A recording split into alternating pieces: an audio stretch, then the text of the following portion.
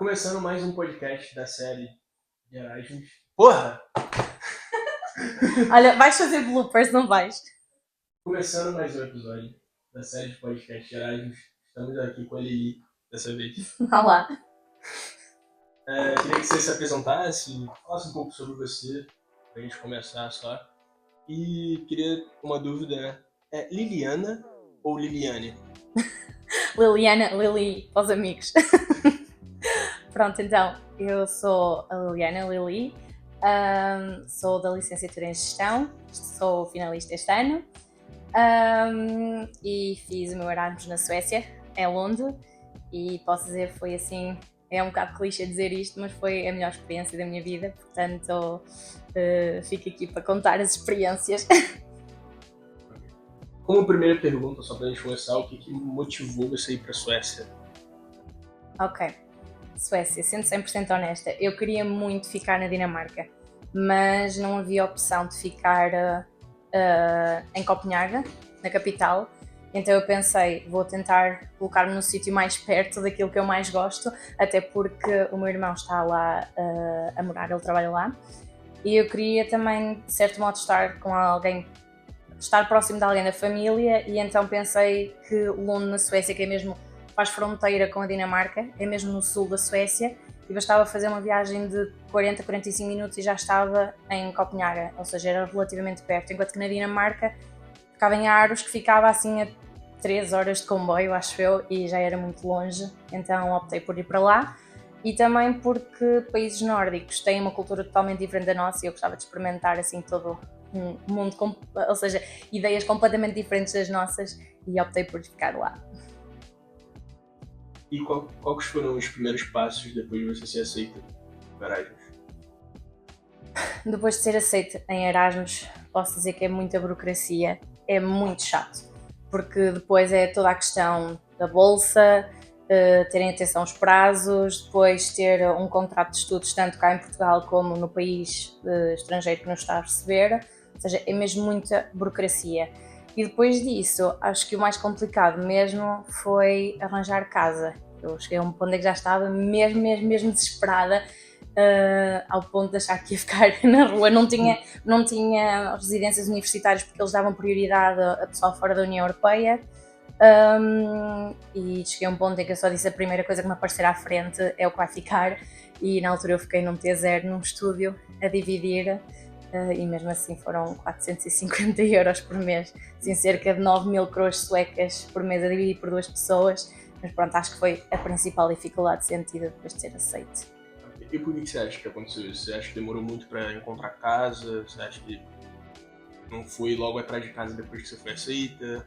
Ou era mesmo difícil de arranjar, moradia lá? Eu acho que já era mesmo difícil, porque entretanto contactei com os meus colegas do ano passado que também foram para lá, e eles próprios disseram que a grande dificuldade deles foi arranjar casa, porque lá as residências funcionam por sorteio. Por exemplo, o ano passado só um colega conseguiu ficar, o resto teve que ficar tudo em casas privadas, particulares. Inclusivamente uma colega teve que ir para Malmo, nem sequer ficou em Londres, ficou longe, e aquilo que me disseram foi: Lili, a primeira coisa que tens de fazer é começar já a procurar casa. Só que depois também não há, ou seja, não há ajuda, a faculdade não ajuda, não há ninguém que esteja lá a prestar apoio e dizer: olha, tenta ver este sítio. Não, é mesmo por nós, temos que fazer o esforço de procurar, e é mesmo difícil. E já para não falar no custo, são valores muito mais elevados que em Portugal. Você não teve nenhum site, por exemplo, da faculdade para eles ajudarem a você encontrar casa? A FEP não ajudou em nada? É assim, se há, eu não tive conhecimento, mas pronto. E qual foi a coisa, por exemplo, você chegou na Suécia, você notou que era diferente, o que você estava esperando? Você chegou lá e falou: caralho, é isso? Os meus culture shocks. Ok. Exato. Acima de tudo, a cultura deles. Eu acho que os suecos é pessoal muito fechado, é muito viver para eles próprios. E na altura isso custou-me imenso. Eu sofri imenso nos primeiros tempos, foi assim um choque cultural. Eles são muito fechados, não se preocupam com os outros, tentam evitar o conflito, isso eu gostei. Mas, por exemplo, coisas que lá funcionam, que aqui não funcionam, transportes funcionam mesmo bem, cumprir horários acima de tudo. E é isso. O meu maior culture shock foi saber que eles jantam às 5 da tarde. para ir dormir cedo, sendo que eu mantive a cultura portuguesa de jantar assim 9, 10 da noite. Ou tu jantava todo dia sozinha, né? Sim. Mas ir dormir, jantar para ir dormir cedo assim, jantar às 5 da tarde era um choque. E como é que foi, por exemplo, lidar com um clima diferente em Portugal? Você acha que mexeu muito com você o fato de lá ser mais frio? Não sei. Olha, curiosamente, no verão não era... Ou seja, até houve dias mais quentes lá do que cá em Portugal. Se bem que o UV, a máxima do UV era tipo 4, 5. Okay. O UV não é como não é aqui. tão forte. Mas conseguimos fazer praia, conseguimos ir para lagos. Ou seja, enquanto nós fomos em agosto, enquanto havia verão, o tempo era parecido aqui com Portugal. No inverno nós chegávamos a ter temperaturas tipo 8 graus negativos, mas curiosamente sentimos mais frio em Portugal porque lá estamos mais bem preparados, mais bem vestidos, com roupa térmica e aguenta-se melhor. E tínhamos neve, que foi a melhor parte. Ok. Tu adora neve? Então. Não, infelizmente não. Mas neve, nós ficámos parecendo umas crianças felizes no meio da neve. Ok. Falando sobre mais os suecos, você falou um pouco deles, mas eles são mais reservados, né? Tem essa coisa de serem mais frios. Como é que você socializou com eles? Se você fez muitos amigos lá, se você acha que, por exemplo, o ambiente da faculdade, você fez muitos amigos lá suecos dentro da faculdade ou não? Você falava mais com a galera estrangeira? Sim, imagina, mesmo a nível da associação de estudantes, eles tinham atividades, mas não eram tão... Ou seja, eles tentavam captar os alunos de Erasmus, mas eu sinto que mesmo outro tipo de atividades não eram tão bem executadas para nós. Então eu acho que nós começámos a relacionar muito mais com os outros colegas de Erasmus. Posso dizer que os meus, assim, as pessoas que mais me ficaram assim no coração e que vou levar comigo para a vida são os estudantes dos Estados Unidos, porque eu acho que têm uma forma de ver a vida super leve, super peace and love, e era mesmo muito bom. Lá está, fizemos mais amizades com os colegas de Erasmus, suecos era raro, exceto quando nós tínhamos aulas partilhadas com os suecos, que havia aulas em inglês, ou seja, era para nós e partilhadas com os suecos, aí sim eles interagiam connosco. Okay. E falando sobre, por exemplo, tua vida, acredito que tenha mudado, não sei se você mora sozinha aqui, você morou sozinha lá, né? Só por você. Partilhar um estúdio de 28, 29 metros quadrados. E como é que era a tua alimentação? Não sei se você cozinha, se é algo assim. Sim. Mudou muito? Sim, porque lá tinha de ser eu a fazer a comida. Então eu e a minha colega de casa dividimos tarefas. Eu cozinhava, porque eu gosto de cozinhar e acho que tenho assim um toque especial para a cozinha. E tentava fazer sempre pratos portugueses para tentar lembrar assim a nossa cultura, assim uma bifaninha com ovinho estrelado ou um bacalhau à brasa ou qualquer coisa assim para tentar chamar a cultura portuguesa. E a minha colega lavava a louça, dividíamos okay. assim tarefas. Tu cozinhava, ela lavava. Exato, quem perfeito. Cozinha não lava a louça, exato. Pronto, perfeito. Exatamente. Mas sim. Mas então tu acha que a comida em si não mudava tanto, né? Porque você fazia pratos portugueses, os meus restaurantes lá eram mais comida tradicional sueca, ou era normal? Os restaurantes que vocês em iam? Lund via-se muito restaurantes italianos, via-se muito disso. Ou então asiático também, eles gostam desse tipo de comida, mas tipo era muito mais caro do que em Portugal. Tanto a nível dos restaurantes como a nível do supermercado, fazendo uma lista de compras, não consegues levar mesmo cabaz de compras na Suécia que levas em Portugal. Uhum. Não... Você acha que qual seria, por exemplo, seria 2 vezes mais, 3 vezes mais, uma e meia mais? Entre 1,5 a 2 vezes mais, sim. Por exemplo, nós... Era raro nós comermos, por exemplo, bifanas de porco, porque eu lembro-me que era super caro. Ou, por exemplo, o peito de frango, pagarmos tipo 16 euros por 4 peitos de frango, assim, uma coisa. Então, pronto, comemos muito frango, que era a carne mais barata. E teve algum acontecimento diferente que te marcou logo nos primeiros dias? Nos primeiros dias. Ou alguma história que você queria contar que aconteceu no Erasmus e você falou, cara, só aconteceria na Suécia isso? Ok. Posso dizer que nos meus primeiros tempos na Suécia não aconteceu muita coisa nova, porque eu deixei uma cadeira por fazer, deixei macroeconomia 1 por fazer, que é o cadeirão do primeiro semestre de segundo ano de gestão, e então tive que perder algum tempo a estudar para essa cadeira para a vir fazer em época especial aqui em outubro, então não consegui debruçar para tantas novas experiências como queria. Depois de fazer a cadeira, sim, então consegui desfrutar a 100% da experiência Erasmus.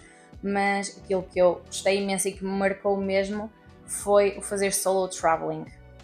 Ou seja, tudo bem, eu fui com mais 4 colegas para a Suécia, fomos juntas para Lund, mas depois foi toda a independência de, ok, vou ter que me desenrascar, eu não tenho ninguém para me ajudar, se eu tiver stresses, sou eu que vou ter que os resolver, e fazer solo traveling na experiência Erasmus foi mesmo enriquecedora por causa disso mesmo, para ter que me desenvencilhar dos problemas.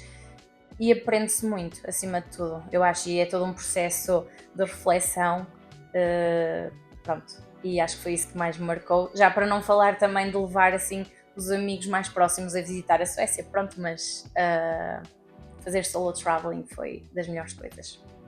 Ok. Olha, a gente vai jogar um jogo agora, que se chama Verdade ou Mito, que é basicamente eu falar alguns estereótipos da Suécia. Você fala se é verdade, foste fazer a pesquisa. Você fala se é verdade ou não. Ok. Mas aqui, podem estar influenciados com pesquisa na internet, não sei. Ok. É pra você realmente falar a verdade. Ok, eu acho que também é um bocadinho subjetivo, pelo que eu acho, os outros também podem não achar. Mas vou ser. Mas vamos lá. Primeiro, os suecos são frios e evitam contato visual a todo custo. Sim, é verdade.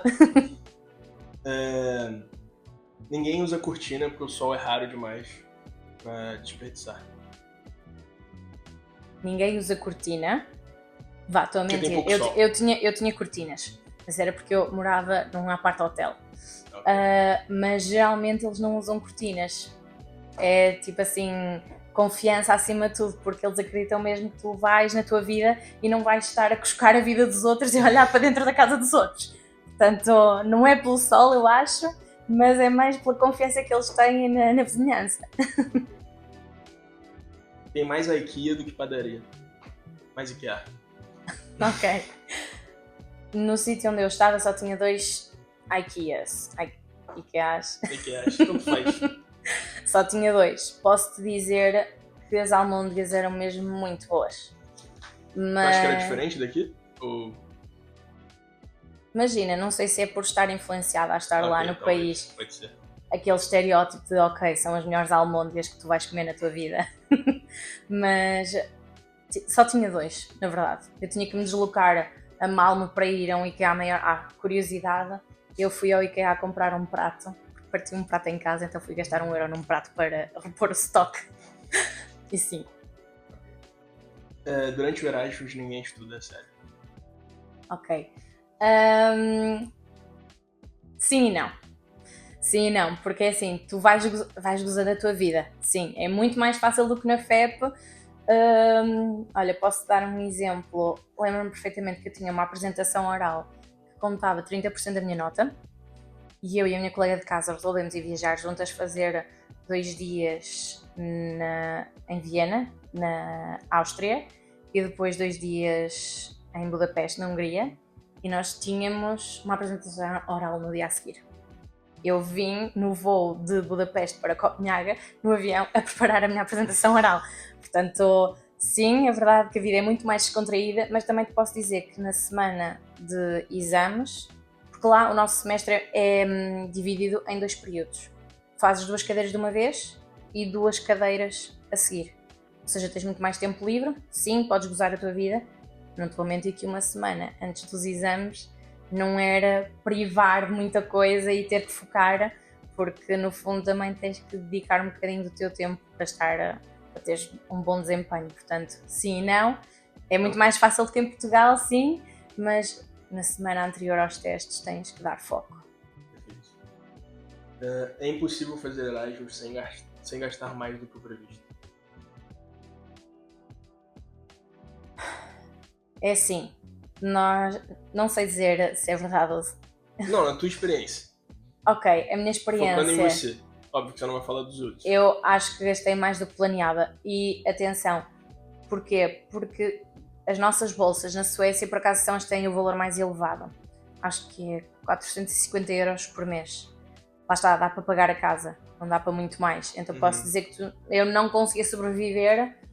Eu tentava fazer um budget de 100 euros por semana, só que lá está, depende também do nível, o custo de vida do país. Na minha perspectiva, eu gastei mais do que o que estava a planear.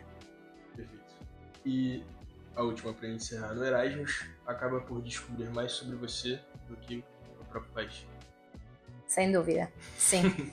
Nós voltamos pessoas completamente diferentes, para melhor, eu acho. Okay. Falando um pouco mais sobre a universidade e o teu cotidiano, como que era a estrutura e o dia a dia na universidade? A estrutura era, honestamente, acho que era semelhante à FEP, não tinha assim uma grande diferença. Aquilo que eu deixei de fazer foi abrir portas, porque eles têm interruptores para abrir as portas. Foi assim aquilo que mais me marcou na infraestrutura da faculdade. Mas lá está, eles é muito ir para as aulas e depois cada um tem a sua vida e vão para casa, seguem muito aquela regra dos 3/8, 8 horas para dormir, 8 horas para estar com a família e 8 horas para trabalho. Ou seja, eles dedicam aquele tempo à faculdade e depois vão para casa. Não havia assim grande atividade a nível de faculdade, era muito mais externo, com mentores, mentorados, mas pronto. E tu acha que entrou nesse ciclo dos 3/8 ou teve no teu ciclo o tempo todo? Eu acho que entrei um bocadinho nesse ciclo, sim, dediquei muito mais tempo para dormir, tinha mais tempo para mim, não abdicava de atividades para o meu bem-estar psicológico, enquanto que aqui muitas vezes temos aquela pressão dos testes ou seja, eu acho que aqui há muita pressão sobre nós, lá está, e acabamos por desperdiçar, não é desperdiçar, mas abdicar daquilo que nos faz bem até, e lá não. Eu dizia que tinha que fazer isto porque isto faz-me bem para além do estudo e do trabalho e não abdicava disso. E como é que era a metodologia de ensino sueca em relação a Portugal? Você acha muito diferente? Como é que você falou um pouco das matérias, né? Que eram 2 na primeira parte, 2 na segunda. Olha, acho que isso faz imensa diferença, lá está. Porque tu ao fazeres 2 cadeiras de cada vez, consegues dedicar-te muito mais a cada cadeira e não aqui que estás a fazer 5 ou 6 cadeiras ao mesmo tempo. E posso dizer que se calhar deves andar a arrastar 2 ou 3 cadeiras porque só consegues dedicar a uma ou outra. Lá não, consegues-te dedicar mesmo àquilo. E o ensino é muito mais prático, não é tanto como aqui. Eu sinto que aqui é muito teórico, lá era de género. Posso dizer que uma das cadeiras que mais me deu trabalho, ou seja, não me relaciono tanto porque era a área do recursos humanos, mas posso dizer que gostei porque aquilo era, mandavam-nos casos de estudo para casa, ok, lemos, faziam-nos meia dúzia de perguntas, nós em casa preparávamos o caso, chegávamos à aula, era discutir o caso, fazer simulações, ok, vocês são a favor, vocês são contra, debatíamos, e por exemplo o exame era simplesmente com todo o desenvolver de trabalho que nós fizemos durante aquele período, no semestre, podíamos levar apontamentos numa folha e depois ir fazer um exame com aquilo que nós fomos desenvolvendo ao longo do semestre. Foi um exame de 5 horas, mas foi um exame de 5 horas. Mas olha, e já agora falando disso, exames. Tens 5 horas, podes demorar as 5 horas se quiseres. Eu cheguei a demorar 5 horas a fazer exames lá. Mas podes comer, podes beber, podes ir à casa de banho, os professores vigiam as tuas provas de meias. Também foi outro culture shock. Também foi. Mas lá está, o ensino é muito mais prático, não é tão teórico como aqui. Por acaso 5 horas, 6 horas, é igual o exame nacional do Brasil também. Certo. Assim também. Certo. 6 horas e meia, Podem comer, podem ir à casa de banho. Claro, ok. Por isso que quando tu falou isso, eu também, ok, a gente também faz isso. Não, eu cheguei a comer panquecas no meio de um exame. Não, isso é uma panquecas que você mesmo fez, né? Que você cozinha. Por acaso aquelas não fui eu que fiz, por acaso comprei-as. Então estavam piores? Estavam. Ok. E falando um pouco quais foram os seus maiores desafios, você acha, no dia a dia? Além de cozinhar, que você disse. Não sei se cozinhar é um desafio para você, né? Que você gosta. Eu gosto, mas foi assim um aprimorar também de capacidades culinárias, sim. Mas no início, o frio, eu não estava preparada para o frio assim mesmo duro. Dificuldades. Eu sinto que sou uma pessoa assim um bocado extrovertida, então conseguia comunicar e dar-me com muita gente e fazer amigos. mas posso dizer que no início, e isto provavelmente acontece com muita gente, é sentir saudades de casa. Apesar de tudo, e vamos normalizar isso, porque isso acontece. E ainda há bocado estava a comentar com os meus amigos que vinha aqui fazer o podcast. Eles diziam: então tu podes dizer que no início tu estavas a chorar porque não querias ir para lá e depois choraste porque não querias vir embora, porque a vida lá era muito melhor do que aqui. E foi um bocado isso, foi porque eu chorei que não queria ir para lá e depois chorei que não queria vir embora, porque a vida lá era muito melhor do que aqui. Mas lá está, olha, havia dias em que eu passava a semana toda na Dinamarca, vinha só 2 dias à Suécia para ter aulas e depois voltava para casa do meu irmão para ter ali aquele conforto. Então acho que foi um dos maiores desafios, é normal ter as saudades de casa, mas isso passa. Mas teu irmão ajudava também, né? E pelo menos tu via aí era ele parte que da tua cozinhava. família. E na casa dele tu falava, não, meus dotes culinários também não servem aqui. É sim, eu também ajudava, mas ele... Tu lavava louça nesse caso? Pois. Ah. A irmã mais nova tem que... Eu sempre lavo, porque precisa, mas não gosto. E como é que era o lazer e a tua rotina fora da universidade? O que você fazia mais? Você falou que viajava muito, né? Mas fora isso, o que você fazia? Na Suécia mesmo, se tinha alguma atividade que você gostava? É assim, nós tínhamos algo que era muito bom, era o ESN, que é uma organização de Erasmus que existe em muitos países, e eles organizavam imensas atividades para nós, desde caças ao tesouro, fazer pub crawls, ir a Copenhague aos pubs, faziam imensas viagens. Por acaso não tive a oportunidade de viajar com eles porque nunca calhou em datas suscetíveis, mas eles faziam muitas atividades para nós e participavam em muitas delas, ir visitar ilhas lá perto de Lund. E depois, Lund é a Coimbra lá do sítio. É uma cidade muito universitária e tem imensos, aquilo que nós chamamos as nations, que são sindicatos de estudantes, são eles que tomam conta daquilo, eles disponibilizam-se para cozinhar, distribuem tarefas, etc, etc. E cada nation tem clubes à noite. Nós podíamos ir, tínhamos que adquirir um cartão de estudante para provar que pertencíamos à comunidade académica e depois podíamos ir fazer um giro, fazer um roteiro de nations para ir sair à noite. Eram os VRs cá, lá do sítio. E tu notava muita diferença, por exemplo? Como eles são mais fechados, tu notava muita diferença ou era mais a galera estrangeira que ia no VR de lá? Tinha muitos estrangeiros no VR lá do então, sítio. Então tu não notava muita diferença, assim? Ou notava? Assim? Eram festas mais pequenas, os espaços eram espaços muito mais pequenos e a nível de bebidas alcoólicas eles também são muito mais controlados. Nós na Suécia não podemos comprar álcool acima de 2,5% nos supermercados e em nenhuma loja, tem que ser mesmo numa loja específica, ou seja, é uma coisa um bocado monopolizada. Tu tens de dar o cartão de cidadão, provar que tens mais de 20 anos para poderes comprar bebidas alcoólicas. E outra coisa que eu notei na vida noturna na Suécia é que eu cheguei a fazer um pré às 8 da noite e a noite começa assim às 10 e 2 da manhã, fecha tudo para toda a gente ir dormir. Portanto, vamos normalizar ir para a cama cedo para poder ir às aulas no dia a seguir. Era até melhor, né? Se Portugal fizesse isso também. Ai sim, vamos normalizar ir dormir cedo. Acho que ninguém ia nas aulas no dia seguinte mesmo assim, mas né? Pelo menos dormia mais. Verdade, isso é uma verdade. É isso. E passando mais pro final agora, o que você achou dessa experiência toda? Se você faria de novo? Gostei muito. Aprendeu mais? Quero fazer de novo se tiver essa possibilidade em mestrado.